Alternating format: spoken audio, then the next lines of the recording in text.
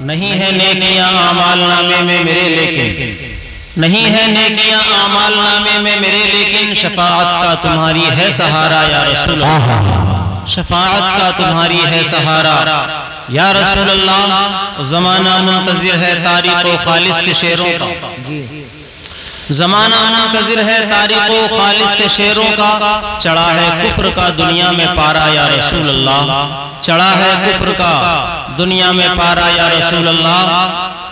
اور فلاح اخروی اس کو نہیں مل پائے گی طالب، فلاح اخروی اس کو نہیں مل پائے گی طالب، جو ہے گستاخ دنیا میں تمہارا یا جو ہے گستاخ دنیا میں تمہارا یا رسول اللہ۔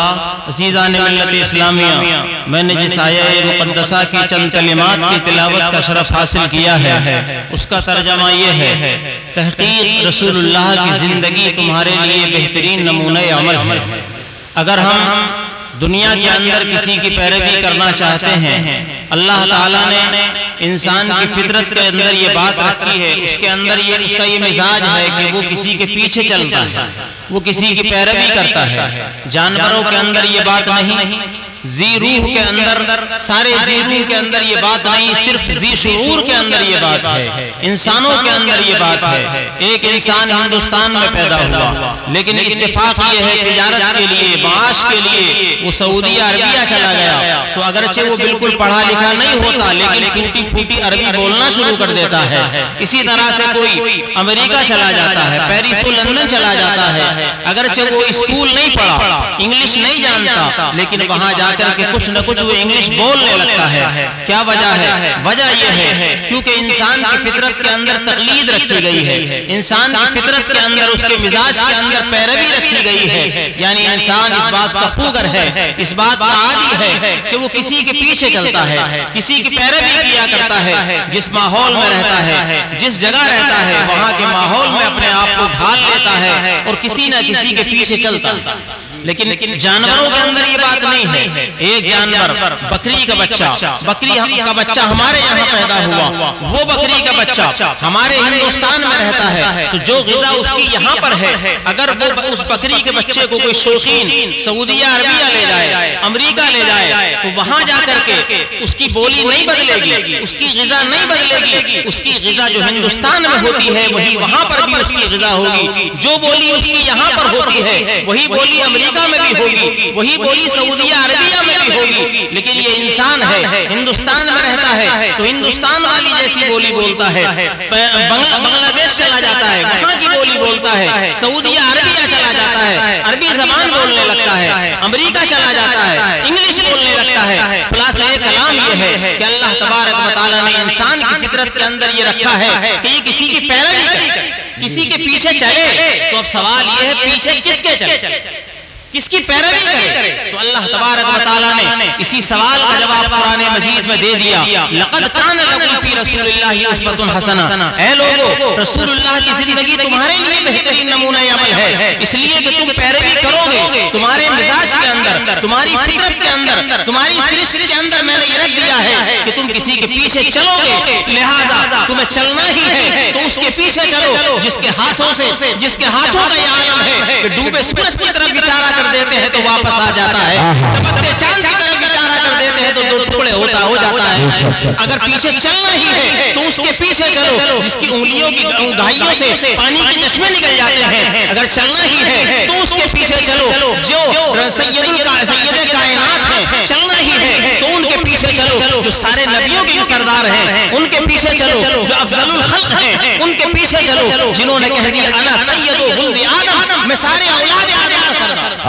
سبحان اللہ، سبحان اللہ۔ حضور اکرم صلی اللہ تعالیٰ علیہ وسلم کی پیروی کرنے کا درس ہمیں اللہ تبارک و تعالیٰ نے قرآن پاک میں دیا۔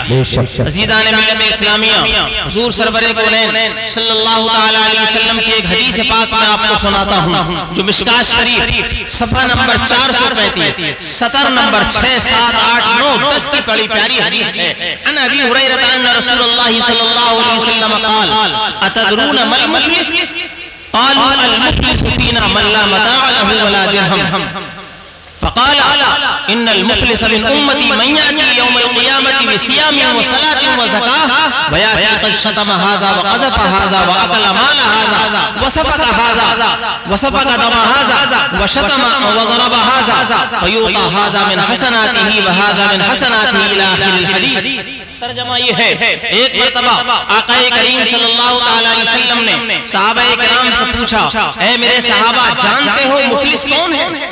جانتے ہو کنگال کون ہے؟ غریب کون ہے؟ تو صحابہ کرام نے کہا یا رسول اللہ ہمارے اندر تو مفلس وہی ہے جس کے پاس من لا متاع له ولا درہم، نہ جس کے پاس کوئی ساز و سامان ہے، نہ درہم و دینار ہے، نہ کوئی بینک بیلنس ہے، نہ زمین و جائیداد ہے، وہی ہمارے نزدیک غریب ہے، محتاج ہے. تو آقا کریم صلی اللہ علیہ وسلم نے ارشاد فرمایا اے میرے صحابہ یہ تو تم اپنی سمجھ کے اعتبار سے کہہ رہے ہو، لیکن حقیقت میں غریب وہ ہے، حقیقت میں مفلس اور کنگال وہ ہے جو قیامت کے دن اس حال میں آئے کہ نمازیں بھی لے کر کے آئے، روزہ بھی لے کر کے آئے، زکوٰۃ بھی لے کر کے آئے، لیکن اسی روزہ و نماز اور زکوٰۃ کے ساتھ ساتھ اس کے نامہ اعمال میں کچھ گناہ بھی ہوں گے، کچھ حقوق العباد بھی ہوں گے، کچھ دوسروں کے حق مار کر بھی ہو گیا ہوگا. ویاتی قد شتم ھذا، کسی کو گالیاں بکر کے دنیا میں گیا ہوگا، کسی کو تہمت لگائی ہوگی دنیا میں، کسی کو خون بہایا ہوگا، کسی کا ناجائز طریقے سے مال کھایا ہوگا، کسی کو مارا ہوگا، یہ برائیاں بھی لے کر کے جائے گا. اس کے نامہ اعمال میں ضرور نمازیں بھی ہیں، ضرور روزے بھی ہیں، زکوٰۃ بھی ہے، حج بھی ہے، لیکن اسی کے ساتھ ساتھ اس نے حقوق العباد کی حق تلفی بھی کی ہے، بندوں کا حق بھی مارا ہے. تو حدیث پاک کے اندر آتا ہے فیوتا ھذا من حسناتہ وھذا من حسناتہ، اس کی جو نمازوں کا ثواب ہے وہ اس کو دے دیا جائے گا جس پر تہمت لگائی تھی، روزوں کا ثواب اس کو دے دیا جائے گا جس کا خون بہایا تھا، زکوٰۃ کا ثواب اس کو دے دیا جائے گا جس کا حق مارا تھا، جس کا مال کھایا تھا. عزیزان ملت اسلامیہ، اور پھر اس کے بعد حدیث پاک کے اندر آتا ہے فَإِنْ فَنِيَتْ حَسَنَاتُهُ، اور اگر اس کے باوجود بھی اس کی نیکیاں کم ہو جائیں گی اور حق والوں کے حق ادا نہیں ہوں گے تو پھر کیا کیا جائے گا؟ اُخِذَ مِنْ خَطَايَاهُمْ فَطُرِحَتْ عَلَيْهِ، ان گناہ گاروں کے جن کا اس نے حق دبایا تھا، جن کو اس نے مارا تھا، جن کو ستایا تھا، جن کو گالیاں دی تھی، ان کے گناہ ان کے سروں سے اتار کر اس کے سر پہ لاد دیے جائیں گے. ثُمَّ طُرِحَ فَطُرِحَ فِي النَّارِ او كما قال صلی اللہ علیہ وسلم، اور پھر اسے جہنم میں ڈال دیا گیا.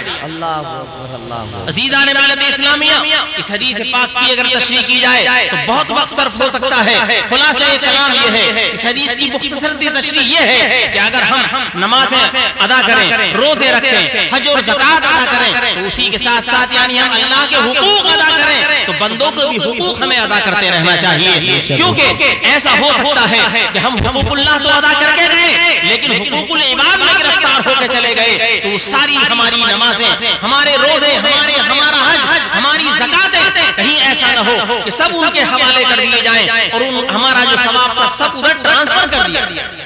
اس لیے عزیزان ملت اسلامیہ ہمیں حقوق اللہ کے ساتھ حقوق العباد کی بھی بہت زیادہ دیکھ بھال کرنی ہے.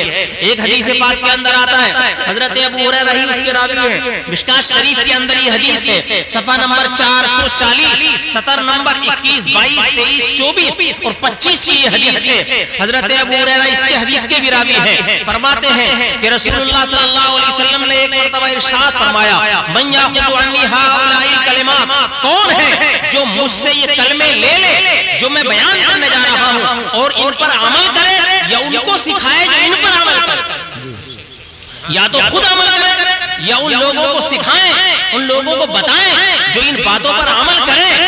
تو آقا حضرت ابو ہریرہ فرماتے میں نے کہا انا یا رسول اللہ، یا رسول اللہ میں ان کلمات کو لوں گا اور میں ان پر عمل کروں گا، ان لوگوں کو سکھاؤں گا بھی، بتاؤں گا بھی تاکہ وہ لوگ عمل کریں. تو آقا کریم صلی اللہ علیہ وسلم حضرت ابو ہریرہ فرماتے حضور نے محبت سے میرا ہاتھ پکڑا اور 5 چیزیں شمار کرائی. نمبر 1، اتقی المحارم تکن اعبد الناس، اتقی المحارم تکن اعبد الناس، محارم سے بچو، اللہ کی حرام کردہ چیزوں سے بچو، تم سب سے بڑے عبادت گزار بن جاؤ. سبحان اللہ سبحان اللہ. جو چیزیں اللہ تبارک و تعالیٰ نے حرام کی ہے، غیبت، چغل خوری، حسد، یہ ساری چیزیں، جھوٹ بولنا، شرک کرنا، ماں باپ کی نافرمانی کرنا، قتل، جادو ٹونا، یہ ساری چیزیں چیزیں حدیثوں کی روشنی میں حرام کی گئی ہیں تو اللہ کے رسول ارشاد فرماتے ہیں اتقی المحارم تکن اعبد الناس، حرام کردہ چیزوں سے بچو تو تم سب سے بڑے عبادت گزار بن جاؤ۔ آدمی عبادت گزار بننا چاہتا ہے، اللہ کا فرما بردار بننا چاہتا ہے تو اللہ کے رسول صلی اللہ علیہ وسلم ہادی عالم محسن اعظم ہے۔ آپ نے ہم پر احسان فرمایا، آپ نے ہماری رہنمائی فرمائی، اے میرے امتیو تم ہر ایک خواہش کرو گے کہ ہم عبادت گزار بن جائیں، ہم پرہیزگار بن جائیں، ہم متقی بن جائیں، اس لیے میں تمہیں نسخہ دے کر کے جا رہا ہوں، جو چیزیں شریعت میں حرام کی گئی ہیں ان سے بچو، تم سب سے بڑے عبادت گزار بن جائیں۔ سبحان اللہ۔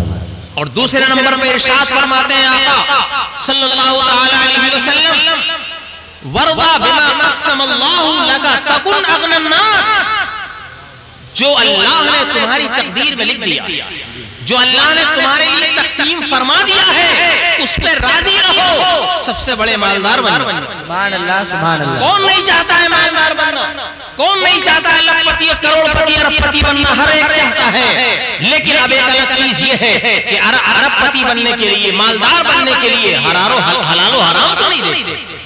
حالانکہ اور حضور سرور کونین ارشاد فرماتے ہیں صلی اللہ تعالی علیہ وسلم ارشاد فرماتے ہیں وَرْضَى بِمَا قَسَّمَ اللَّهُ لَكَ، اللہ نے جو تیرے حصے میں لکھ دیا ہے، جو تیرے نصیب میں لکھ دیا ہے اس پر راضی رہ تو سب سے بڑا مالدار بن جائے۔ سبحان اللہ سبحان اللہ۔ اور فرماتے ہیں وَأَحْسِنْ إِلَىٰ جَارِكَ تَكُنْ مُؤْمِنًا، اپنے پڑوسی کے ساتھ حسن سلوک کر مومن کامل بن جائے۔ وَأَحِبَّ لِلنَّاسِ مَا تُحِبُّ لِنَفْسِكَ، لوگوں کے لیے بھی وہ چیز پسند کر جو اپنے لیے پسند کرتا ہے تو مسلم کامل بن جائے گا، مسلمان بن جائے گا۔ اور فرماتے ہیں لا تکثر الضحک فإن کثرت الضحک تمیت القلب، زیادہ مت ہنسو اس لیے کہ زیادہ ہنسنا دل کو مردہ کر دیتا ہے۔ بے شک بے شک۔ زیادہ مت ہنسا کرو اس لیے کہ زیادہ ہنسنا دل کو مردہ کر دیا کرتا ہے۔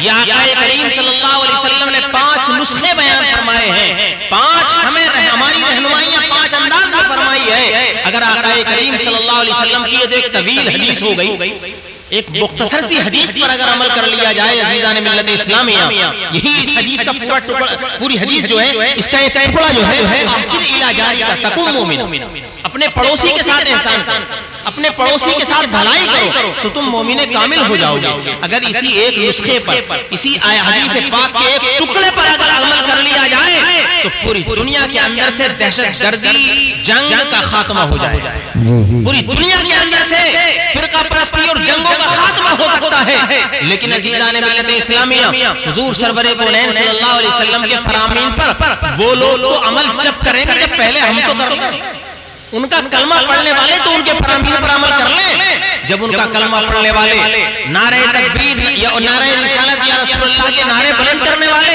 رسول کا دامن نہیں چھوڑیں گے، اس طرح کے نعرے لگانے والے پہلے ان کے دامن کو مضبوطی سے پکڑ لیں اور ان کے فرامین پر عمل کر لیں، تب نہ دنیا کے اندر امن و امان پیدا ہوگا۔ عزیزان ملت اسلامیہ حضور سرور کونین صلی اللہ تعالی علیہ وسلم جب دنیا میں تشریف لائے اور آپ کی 40 سال کی عمر ہو گئی تو آپ کو خلوت اور تنہائی پسند آنے لگی، تنہائیوں میں رہنا پسند آنے لگا اور آپ توشہ لے کر کے غار حرا میں تشریف لے جانے لگے، وہاں پر عبادت کرتے ہیں، اللہ تعالیٰ کی مخلوقات میں غور و خوض کرتے ہیں، تدبر کرتے ہیں، تفکر کرتے ہیں، کیونکہ قرآن پاک میں اللہ نے فرمایا فلا تعقلون افلا تتفکرون، غور کیوں نہیں کرتے ہو، سوچتے کیوں نہیں ہو؟ یعنی یہ پوری کائنات ہم نے بنا دی ہے، پوری دنیا ہم نے بنا دی ہے، اس کی چیزوں میں غور کرو میری معرفت حاصل ہو جائے گی۔ اگر تم ان پہاڑوں پہ غور کر لو کہ اتنے اونچے پہاڑ بغیر کسی روکنے والے کے رکے ہوئے ہیں، ایک اسی حالت میں ہیں، یہ دریا یہ سمندر ایک ہی روانی کے ساتھ ایک ہی رفتار کے ساتھ چل رہے ہیں، اگر ان چیزوں میں انسان غور کرنے لگے، ان چیزوں کے اندر تعمق نظر سے فکر کرنے لگے تو کوئی وجہ نہیں ہے کہ جو اللہ تبارک و تعالیٰ کی معرفت اسے حاصل نہ ہو جائے۔ اس دنیا کو مفتی صاحب تشریف فرما ہے، اس دنیا کو عربی زبان میں عالم کہا جاتا ہے اور عالم کا معنی ہے جاننے کا آلہ، یعنی دنیا بھی جو ہے اللہ تعالیٰ تعالیٰ کو جاننے کا آلہ. بے شک بے شک. دنیا کی چیزوں میں ہم غور کرنے لگے تو ہمیں اللہ کی معرفت حاصل ہو سکتی ہے، لیکن غور ہونی چاہیے جو ایک صحیح آدمی کے ہو، صحیح غور و فکر ہونی چاہیے. بہرحال آقا کریم صلی اللہ علیہ وسلم تنہائی میں اللہ تبارک و تعالیٰ کی عبادت میں رہتے ہیں. فرشتہ آ جاتا ہے ایک دن، وہی فرشتہ جو دوسرے انبیاء کرام کے پاس بھی آتا رہا اور پہلی وحی لے کر کے آ گئے. اقرا بسم ربک الذی خلق. بڑی لمبی تفصیل ہے، اس تفصیل میں نہ جاتے ہوئے عرض کر دوں کہ حضور سرور کونین صلی اللہ علیہ وسلم کے پاس جب وحی آئی اور جب آپ گھر گئے، حضرت خدیجہ سے فرمایا مجھے چادر اڑاؤ، گھبراہٹ ہو رہی ہے، پریشانی ہو رہی ہے. عزیزان ملت اسلامیہ، کیونکہ یہ بار اور یہ ذمہ داری وہ ذمہ داری آقا کریم صلی اللہ علیہ وسلم نے اپنے سینے مبارک پہ لے لی تھی، جس ذمہ داری کو لینے سے پہاڑوں نے انکار کر دیا تھا، جس ذمہ داری کو لینے سے مخلوقات دیگر مخلوقات نے انکار کر دیا تھا، لیکن آقا کریم صلی اللہ علیہ وسلم نے اپنے سینے علم نشرہ پر اس کو لے لیا اور برداشت کر لیا. عزیزان ملت اسلامیہ، میں آپ کو بتاتا چلوں ایک نبی کے اندر جو طاقت ہوا کرتی ہے، آقا کریم صلی اللہ علیہ وسلم کے اندر کتنی طاقت تھی؟ 40 جنتی جوانوں کے برابر. سبحان اللہ سبحان. کتنے؟ 40 جنتی جوانوں کے برابر طاقت تھی. اور ایک جنتی جوان کے اندر کتنی طاقت ہوتی ہے؟ دنیا کے 100 جوانوں کے برابر ہوتی ہے. اب آپ حساب لگا لیجئے آقا کریم صلی اللہ علیہ وسلم کے اندر کتنی طاقت ہو گئی؟ 4000 جوانوں کے برابر طاقت رکھتے تھے آقا کریم صلی اللہ علیہ وسلم کڑیل جوانوں کے ساتھ. اور خود آپ کتنے طاقتور تھے، کتنے پہلوان تھے کہ رکانہ پہلوان کو آپ نے پٹخ دیا. اس نے شرط لگا دی تھی کہ اگر آپ مجھے چت کر دیں گے، آپ مجھے پٹخ دیں گے تو میں اسلام لے آؤں گا. بہرحال اسلام کی خاطر آپ نے کشتی لڑنا بھی منظور فرمایا. سمجھ رہے ہیں آپ؟ تو حضور کے اندر کتنی طاقت تھی؟ 4000 جوانوں کے برابر اللہ نے آپ کو طاقت عطا فرمائی تھی. لیکن یہی قرآن جب ہم پڑھتے ہیں، ہم پڑھ کر کے ایسے ہی نکل جاتے ہیں، بڑی لاپرواہی کے انداز میں بعض حضرات قرآن پاک پڑھتے ہیں، بلکہ دل جمعی کے ساتھ پورے غور و خوض کے ساتھ جو اہل علم ہے وہ پورے غور و خوض کے ساتھ قرآن پاک پڑھیں، ترجمہ اس کی تفسیر وغیرہ کو پڑھیں تو کچھ مزہ الگ ہی آتا ہے. عزیزان ملت اسلامیہ، جب یہ قرآن پاک حضور سرور کونین صلی اللہ علیہ وسلم کے سینے مبارک پر اتنی پاورفل شخصیت کے اوپر جب نازل ہوتا تھا تو روایتوں کے اندر آتا ہے جاڑے کے موسم میں بھی حضور صلی اللہ علیہ وسلم کو پسینہ آ جاتا تھا. جاڑے کے موسم میں پسینہ آ جاتا تھا. اور اگر کبھی کسی اونٹنی پہ کسی سواری پہ سوار ہوتے تھے اور وہی کا نزول شروع ہو جاتا تھا تو وہ سواری بھی بوجھ کی وجہ سے بیٹھنے لگتی تھی. ایک صحابی ارشاد فرماتے ہیں ایک مرتبہ حضور اکرم صلی اللہ علیہ وسلم میرے زانوں پہ آرام سر رکھ کر کے آرام فرما رہے تھے، وہی کا نزول شروع ہو گیا، وہی آنے لگی. وہ فرماتے ہیں مجھے ایسا لگ رہا تھا کہ شاید میری ران چھر جائے گی، شاید میری ران پھٹ جائے گی. تو عزیزان ملت اسلامیہ، بہرحال حضرت خدیجہ الکبریٰ رضی اللہ تعالیٰ عنہا کے پاس پہنچتے ہیں اور ارشاد فرماتے ہیں اے خدیجہ لقد خشیت علی نفسی، مجھے تو اپنی جان کا ڈر لگ رہا ہے. پہلی وحی آئی ہے، صرف 5 آیتیں آئی ہیں اور 5 آیتوں کے آنے میں میری یہ حالت ہو گئی ہے. مجھ جیسا پاورفل شخص آدمی اس کے جسم کے رونگٹے کھڑے ہو گئے، کب کبھی تاری ہو گئی جسم کے اندر. مجھے تو اپنی جان کا ڈر لگ رہا ہے. یہ فرشتہ اگر 2-4 مرتبہ اور میرے پاس